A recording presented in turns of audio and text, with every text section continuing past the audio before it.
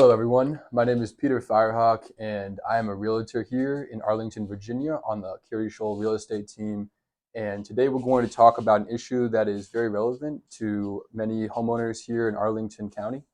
A few years ago, Arlington County started an initiative called Missing Middle, now referred to as expanded housing options.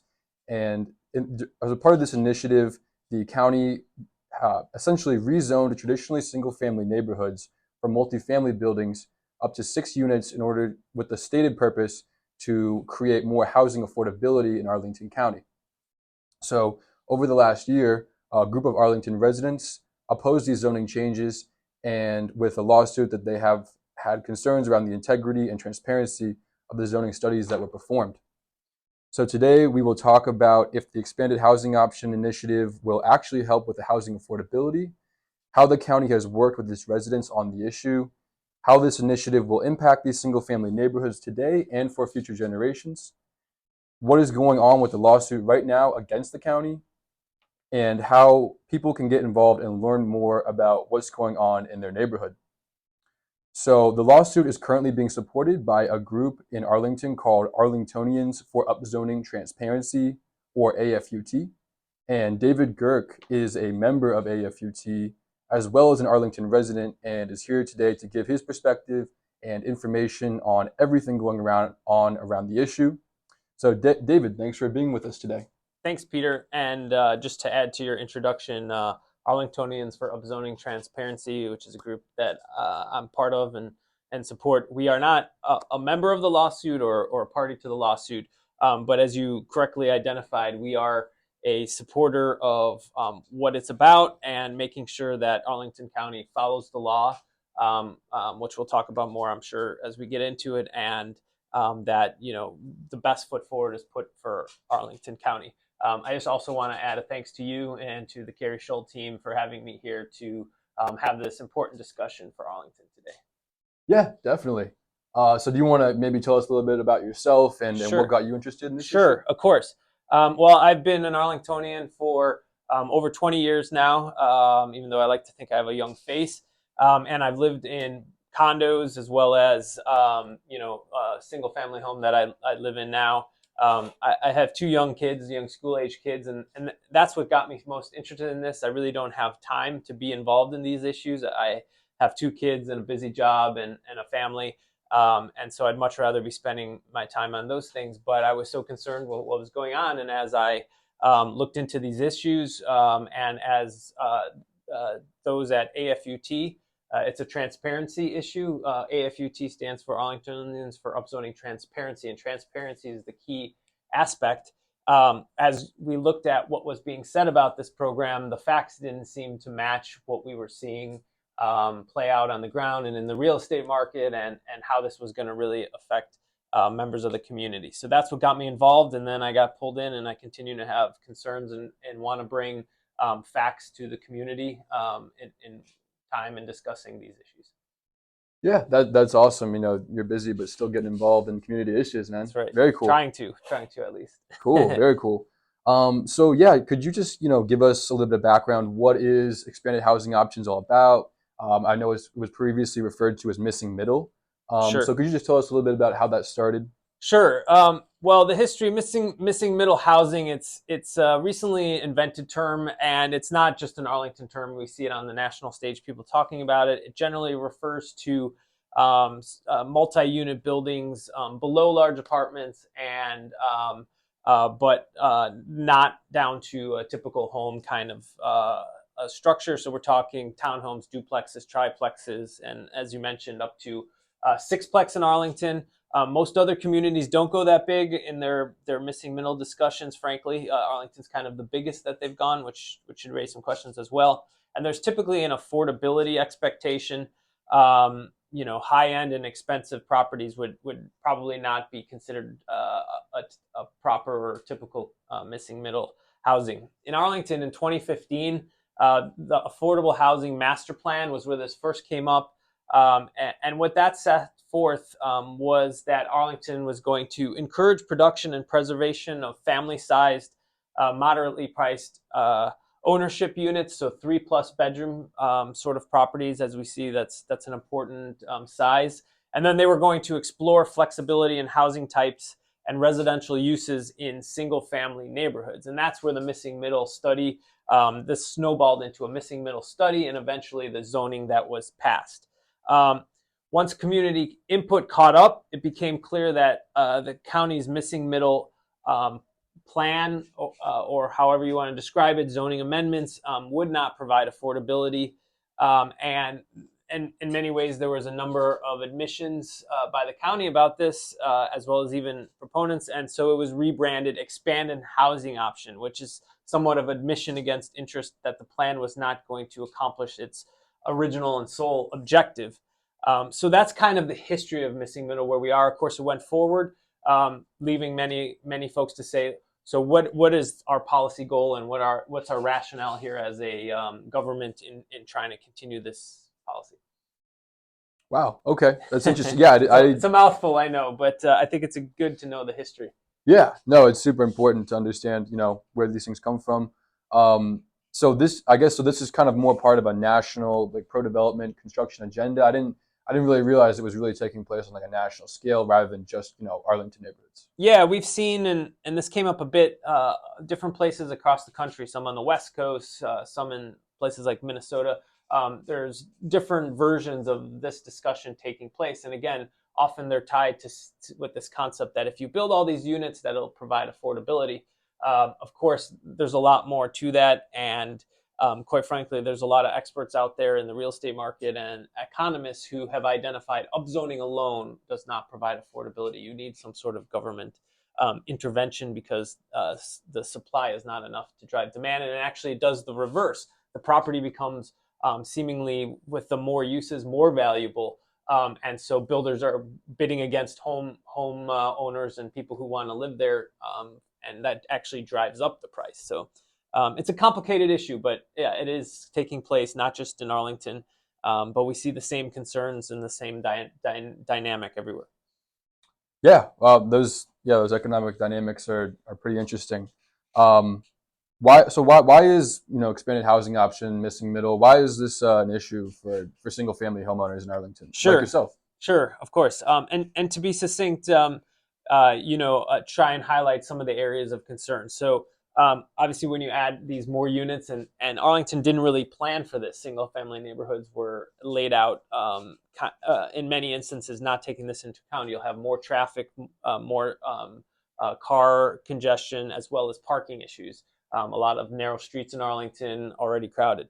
I think a big concern in the community is the loss of trees, loss of green space, which makes Arlington very livable, and a livability aspect, stormwater issues, as well as infrastructure issues, parks, schools, even water and sewers, issues like that haven't been really planned for this sudden uptick in concentrated demand. Also, there's a risk of increased tax assessment, which can displace low and moderate income families, which is, again, many of the opposite what this program is supposed to do. And then this increased property values, as I talked about with more uses, is actually potentially going to drive up the cost and not provide affordability. Wow. Okay. Interesting. Yeah. So how do you see this? I know you're looking at it kind of on a broad, spectrum of how that could affect the neighborhood, but how could that, affect, a single family homeowner's, everyday life in Arlington?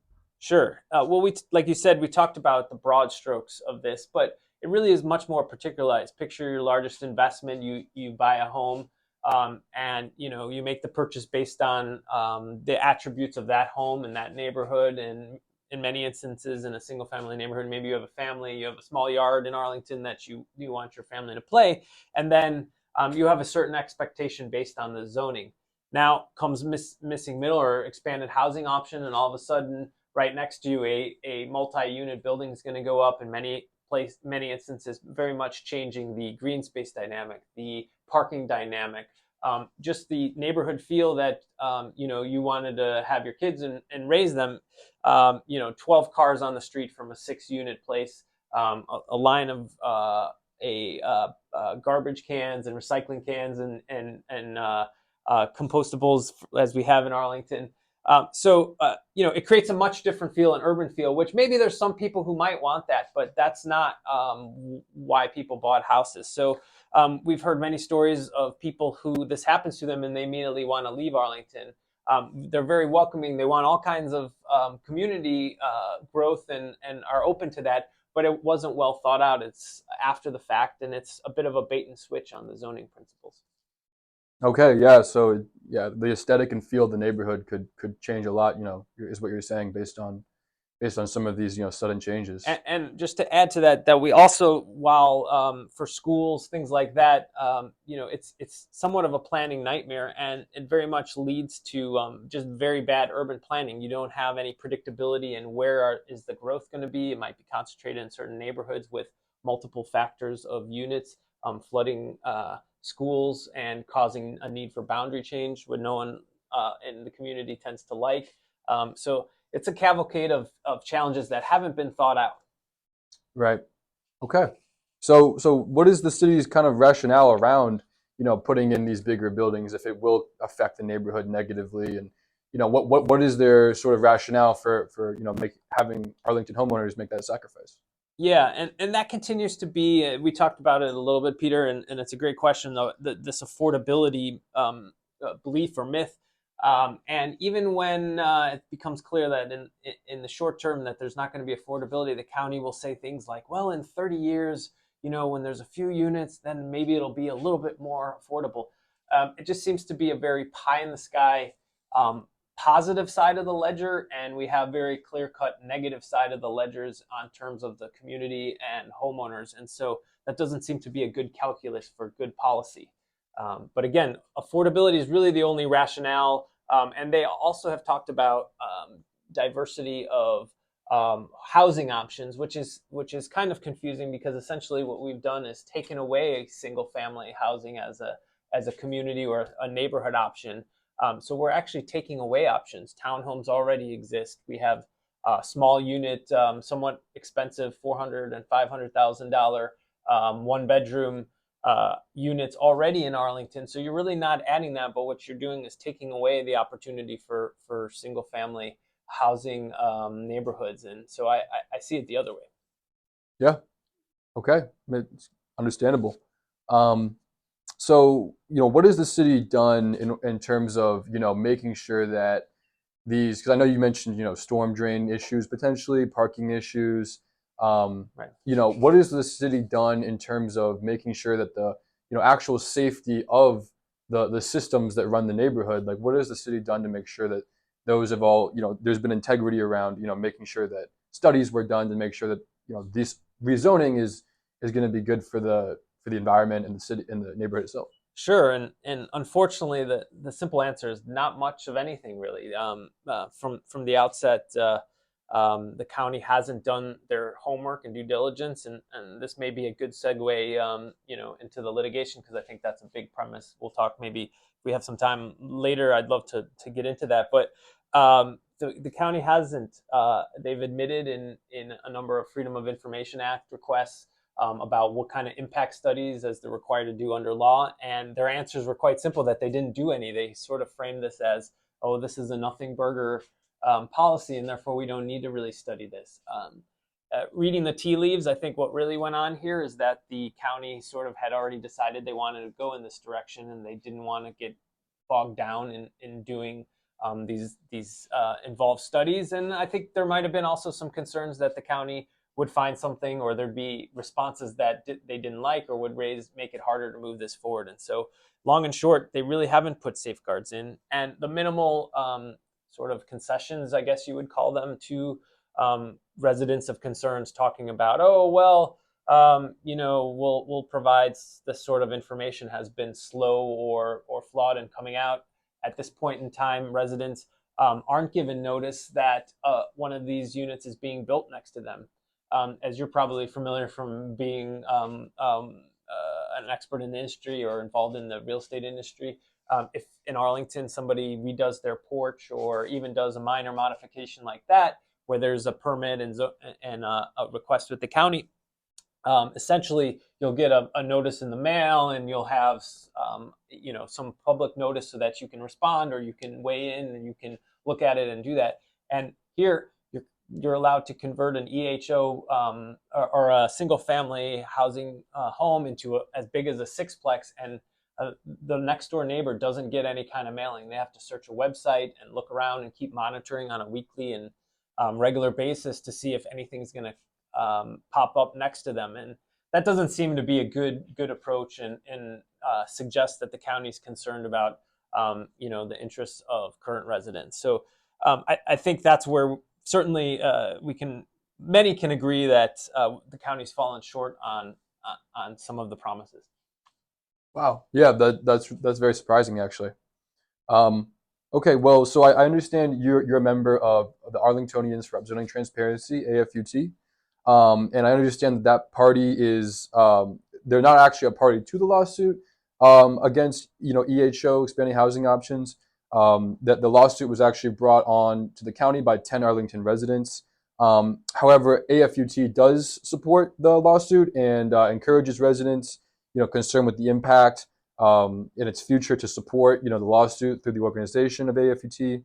Is that correct? And can you tell me a little bit more about the lawsuit and how people can get involved if they want to? Sure, that's a great question, Peter. And you framed it exactly right. While we're not a party to the lawsuit, we do think that this suit and this discussion will bring to the forefront many of the issues many residents who have had concerns have raised along the way. And it really comes down to a simple analysis. Did the county follow the law in passing these zonings? This isn't a re-litigating of whether it's the right policy or whatnot, but it's a question of rule of law, and did they go through the right process? Were the requisite steps required under law? In particular, impact studies, that's something that we've seen come up in past cases, and it seems to be rather clear under Virginia law that the county has to do. They're arguing that they've done what they need to, not surprisingly, but I think we'll see as this case goes forward.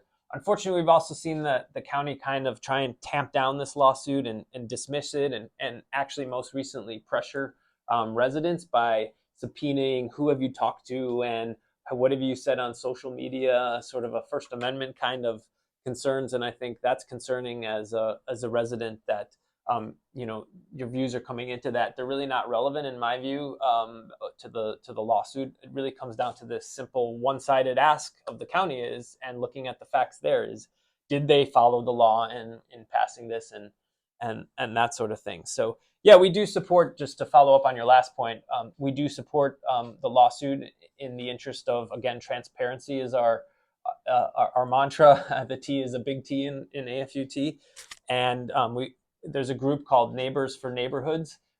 If you put it into Google or any kind of search engine, you can find there's a GoFundMe site. You can support them, and then certainly spreading the word that this is actually a good thing, so we can get the final answers on this policy, at least the version passed here. Cool. Yeah, that's amazing. And yeah, we'll have some contact information in the video description if you guys are interested in getting in contact with myself or David to learn more about the lawsuit, learn more about the issue, and if you're potentially interested in getting involved. That'd be great. Thank you. So how could this lawsuit, in Arlington, potentially have a cascading effect and maybe affect other single-family neighborhoods and in surrounding areas like Falls Church and in Alexandria? Sure. As I know you're aware, Peter, in Alexandria, there's been steps to do the same thing. I believe they've passed an analogous sort of rezoning and that sort of thing. Being in the same state, the same state laws apply. So obviously the outcome of this, while the facts and maybe the circumstances and the processes in the case might be different, but whether Alexandria followed the law, I suspect maybe folks in Alexandria may be looking to see the outcome here as, the concept of precedent, and also, how that plays out will be certainly not determinative, but may give some insight as to that situation. Same thing nationally. We've seen a number of instances where residents have challenged across, whether it be California, Minnesota, Oregon, North Carolina, other places, and they have been successful because courts have quite frequently found that these bodies haven't done their due diligence. They haven't gone through the steps to pass a legally zoning change per the rule of law. So, there's obviously concerns because of the issue I mentioned about no impact studies, and so we'll have to see how that plays out. But I do think this is sort of a first mover, and we'll see how this plays out and may impact other communities in Virginia and elsewhere.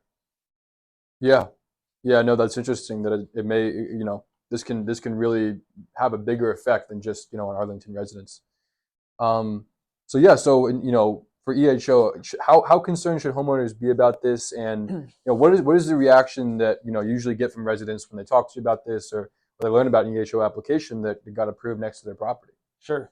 Well, if you like the way your neighborhood or your neighbor's situation, obviously, there's certain changes that neighbors can make, improve their property and different things. But if you like that, it is concerning for a number of the reasons I mentioned earlier, which was lack of notice, as well as the significant expansion that seems to have been opened up, and also the incentive for developers and others to make those expansions without really any checks on taking concern of the impacts of neighboring properties. And so, as we've talked to people in the neighborhood and explained, again, back to transparency and what the facts are of the situation, we see people who really start out at first as shocked that this is going on, and what this really is going to mean for a number of neighborhoods in Arlington, many neighborhoods, in fact.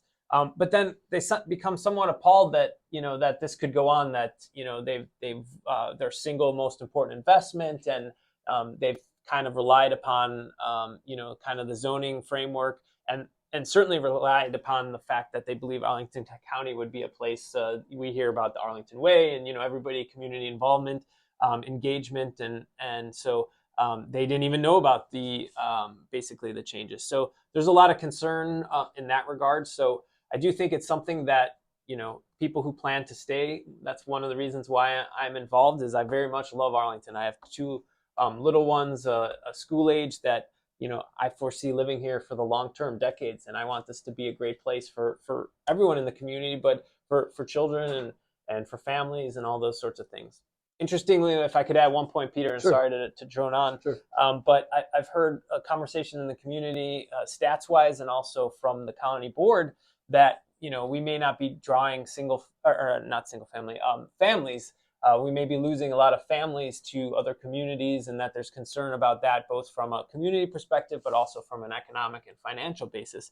And I find that quite interesting with EHO, where the outcome we're seeing, at least from properties that have been purchased for those, are the most affordable single family homes, which are getting flipped into these EHO units. So the takeaway is, if the county or the government wants to encourage families, it seems this policy is doing the opposite. It's taking away the properties that are most enticing to starter families, young families. And so I find that kind of both confusing and troubling. Yeah, no, understandably. Okay, so why is retaining these single family neighborhoods? Why is it so important, for the future generations, like you said, your kids? Why is that important for them to have a single family neighborhood, and what does that speak to for the neighborhood? Sure. Well, I can speak to my own personal experience. One of the things that I loved about Arlington was its blend of, proximity to a lot of urban characteristics, but also a green space sort of area for kids. You don't have the largest yard, but you certainly have a little bit of a yard for kids to get out on a swing set and play. You didn't have an apartment building next to you with whether it be college parties late at night, or who knows what's going to go on, and keeping kids up, and the livability, everybody's kind of in a similar mindset in the community about what their priorities about green space, and the friendly urban environment, as well as infrastructure. So I think, again, by getting rid of single family home neighborhoods entirely across the board, which was something that was promised not to be done by the county board, but that's how they proceeded. They were supposed to be a much more targeted area. You really have lost this option in Arlington, and I think we're going to see the neighborhoods change, and we're going to lose some of that livability and that option for, if that's the kind of place you want to be in Arlington, you can have it. And I think we're going to lose that. You're going to be forced to only live in places that seem all like metro corridor places, which is great. I love it, and I love the amenities, and I've lived there, but it's not for everybody. Right, right. Yeah, having the option to live in a more urban setting or a more single family setting. Okay, that makes sense. Um, so what are some alternatives that the city or the Arlington County might be able to initiate that would maybe create some more housing affordability, and help that issue in Arlington County without some of these potentially negative impacts around the environmental concerns and integrity of some of the neighborhoods? No, that's a great question, and I think this is the root of the issue. Is I think there's broad support for finding affordability and making ways we can. Certainly, it's been talked about in EHO, finding affordability for folks like teachers and firefighters and community servants, as well as minority communities or other communities that may not have lived as prevalently in Arlington as should be encouraged. I think that's somewhat of a universal. I think you see in the community it's universally. But what's striking is that EHO is not addressing that affordability issue. So when we say, well, what's an alternative to it? Well, it's not even an alternative because EHO isn't addressing it. So, but what are things that could address that affordability? And I think there's a number that folks like AFUT and others have raised through the discussion, but the county just seems to want to push to the side. So if you really want to address affordability, some of the things are housing grants is one way to do it. Repurposing commercial space is part of the discussion, but I don't think there's been a serious look at it as an opportunity when it's not being used. If there's an opportunity to do that, Right. enhancing use of accessory dwellings is another option that's already on the table, but doesn't seem to be used that much. If it plays in more with the neighborhoods and has less negative impact and more fits with the community, but accomplishes the same goals. Also, something that may come up soon is fixing the lot coverage regulations. There was a change in how much lot you could cover, and so you could play with those regulations as well. That's something that's been raised. If the concern is McMansions, we all hear that as a negative buzzword, right? But if that's the concern, you can shrink the footprint and try and keep homes a little bit smaller. Obviously, a lot of different interests in all of these issues that need to be weighed, and the list goes on and on. But the point is, there are alternatives, and I don't think the county did its job in being creative in looking to this. They seem to get one solution in their mind that turned out to not be a solution, and just blazed forward with it. So that's where our concerns come in. Is we're not leveraging the great resources, expertise we have as a community. It's a really bright, really skilled, real creative thinking county, and I think we can do better. Yeah, definitely. I mean, that's great that you guys are not only talking about the problem but also proposing solutions. So Certainly. I think that's really important. So yeah, so what are the some of the best ways that homeowners of single family homes in these neighborhoods in Arlington County, what are the best ways that they could take action toward making sure they can preserve the characteristics and aspects of their neighborhoods that led them to purchase that home in that single family neighborhood in the first place? Sure. Thanks, Peter. And I think it's very simple. There's two main things. First off, as we talked about, this litigation brought by 10 residents will help come to a factual and legal outcome of, was this done properly, and do we need to go back and look at it, or are we just, it was done fine, and this is what the policies are going to be. So I encourage folks with concerns to support the litigation. Again, you can go to the Neighbors for Neighborhoods site, GoFundMe page, and you can do that. Also, spread the word about the issues and bring more people into the conversation to ensure that everyone's views are getting involved. And then, obviously, with elected officials, if you have concerns with EHO, I know obviously you don't want to get into politics, but candidates are either pro or anti EHO, or at least want to take a second look at it. So I would encourage you to support candidates that want to go back and look at this policy and have concerns and voice those concerns, because I think that those are real. So those would be my recommendations. Cool. That's awesome, David. Well, yeah, that's all the questions that I had for you today.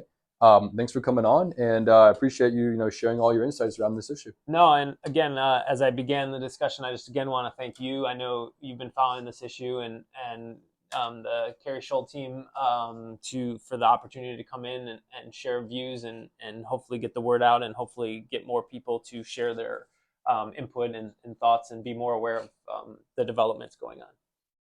Awesome. Thanks, David. Thank you.